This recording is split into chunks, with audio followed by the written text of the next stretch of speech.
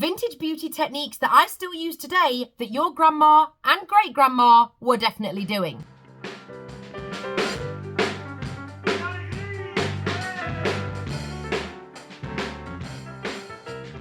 Now, I could reference many eras when I talk about beauty, but my favourite is the 1940s, and that's because they had a really good outlook on beauty, whereby it wasn't just about your external beauty, but it was about your inner beauty as well. They would say things like poise is a mindset. Well, poise, you know, is simply a state of mind. And that if you had charm that would put other people at ease, you would automatically be more appealing. But they also had more controversial propaganda like beauty is your duty, which was where they would ask women to take pride in their appearance to boost the morale of men. But apart from that, it's an ethos I can get behind. But I've got a range of beauty techniques, not just from the 40s, that I want to talk about today. Starting incredibly strong, we've got frownies. Now, frownies have been around since at least the mid to late 1920s and spotted in popular old Hollywood films with like Joan Crawford in. And they're basically non-invasive wrinkle smoothers or facial patches. You can wear them while you sleep, or you can wear them while you're pottering about the house. Don't go out in them or you'll look like you've got Doritos stuck to your face. But basically they come in a strip, and you can tear a piece of the strip off and they come in little triangles, and you just have to put a little bit of water on them and then they'll stick to your face. I tend to put them underneath my eyes, on my forehead, and I cut them into little strips to put on my smile lines, and I do wear them while I sleep, but they can be a little bit uncomfortable, and you should also patch test them to make sure they're okay for your skin. But I do see a difference. You have to wear them for at least a couple of hours to actually see a difference, but my skin does look smoother when I take these off. And I got them off Amazon. So yeah, definitely one to watch. Now, sticking with the theme of facial patches and keeping everything in the same place, our grandmas never forgot their neck and chest. And so they would sometimes use a kind of neck wrap to keep everything where it needs to be there. I use a neck wrap. Again, it's not incredibly comfortable, but it does work, and it's not horrendous to sleep in. I kind of forget it's there after a while, and when I do take it off in the morning, my neck is nice and silky smooth. Okay, the next one is definitely something all our grandmas were using, and that is Pond's cold cream, or any cold cream for that matter, but Pond's was a huge brand, particularly in the 1940s and before. Now, the great thing about cold cream is that it helps you remove cosmetics in a gentle way, and not tugging your skin is huge in the beauty world, always has been, and we'll get to that a little bit later. But yeah, Pond's is great to use before your cleanser, because moisture was a big thing for skincare for our grandmothers. Like, our grandmothers held moisture in high regard because it makes your skin look a healthier, dewier quality. And Pond's is particularly good to use in winter when your skin might be a little bit more dry. So yeah, cold cream to remove your makeup, a godsend, and a lot better I find than using makeup wipes, which again can make that tugging motion, which we do not want. And on the idea of tugging, silk pillowcases. Now, silk pillowcases have been around for I don't even know how long, but our grandmas were definitely using them. Not only are they great for your hair, because they'll stop your hair from frizzing overnight, but they're great for your skin, because when you're lying on a silk pillowcase, you are not getting your skin tugged or smushed in a certain position, and so you're waking up with those lines that you sometimes get, like, you know, when you've had a nap and then you wake up and you don't know what year it is. What year is it? And you've got those lines.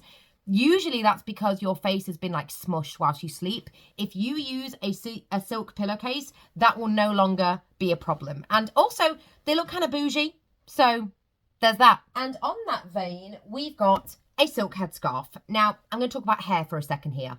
As you can see, I've got my hair in rollers, and this would have been a typical marital bedtime scene where the wife would go to bed looking like this. But these are very uncomfortable, like incredibly uncomfortable. So for this one alone, I don't think I'll be doing what Grandma did. But there is a modern alternative, and this is what I use. So it's like wearing rollers, but a hell of a lot more comfortable and a lot more malleable.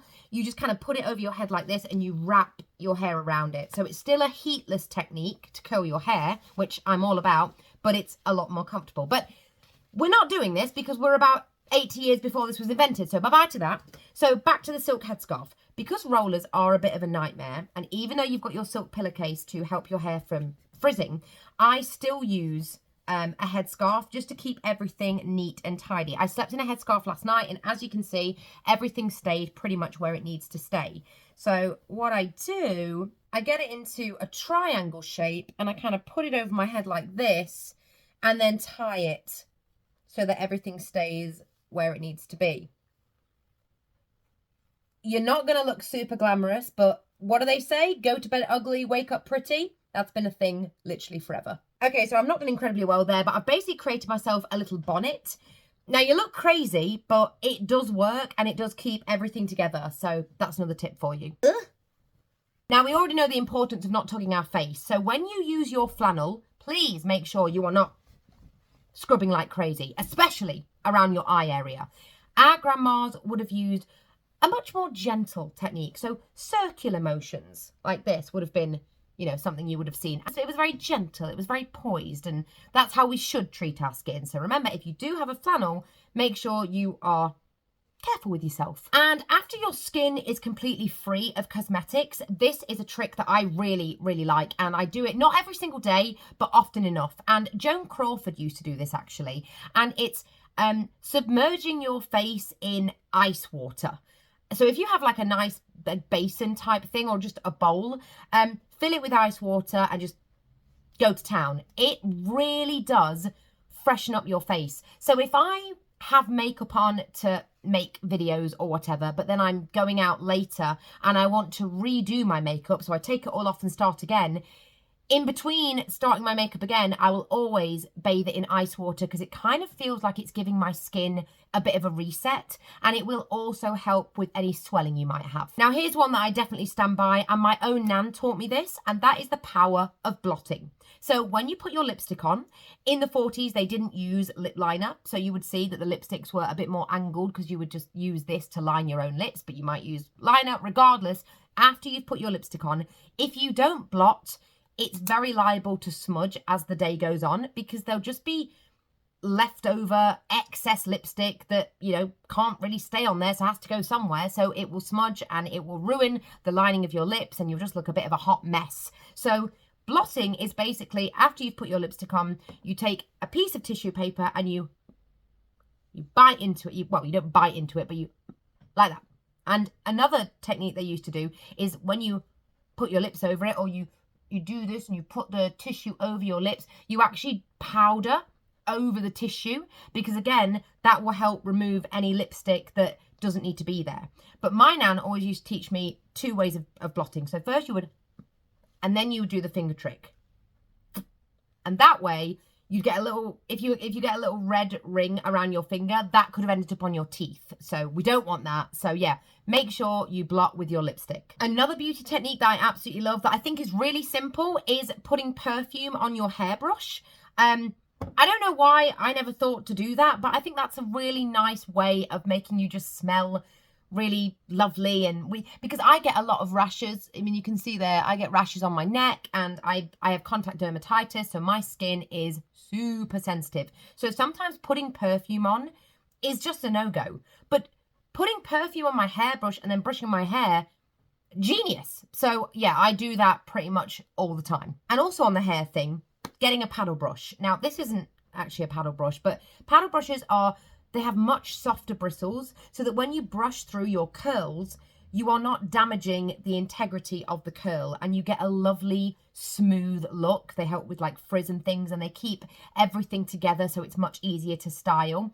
I don't own a paddle brush yet. I really need to get one because I've been saying it for ages, but yeah, a paddle brush is really good to keep the integrity of your hairstyle. The next one is held in incredibly high regard, and that is Vaseline. Now, Vaseline is great for retaining moisture and protecting your skin. Now, if you have oily skin, and I do, depending on the day, you have to be kind of careful. But there's one thing that our grandmas use Vaseline for that I can get behind, and that is for dealing with stray hairs. So they would get a little brush and get a little Vaseline on that brush, and then they would brush their eyebrows to keep them in place. Love that. They would do the same for their eyelashes to help their eyelashes stay in place. And obviously this was during wartime, so this is all they could get their hands on. And also just to keep some little baby hairs from, you know, straying, Vaseline was great for that. And finally, these are specifically from the 40s, eating a good diet, getting enough sleep, and this one's my favourite, keeping an organised and tidy space, because they felt you'd also have an organised and tidy mind that would help you present yourself to the world better. And as my nan always used to say, more people see you out than anywhere else, so put your best foot forward.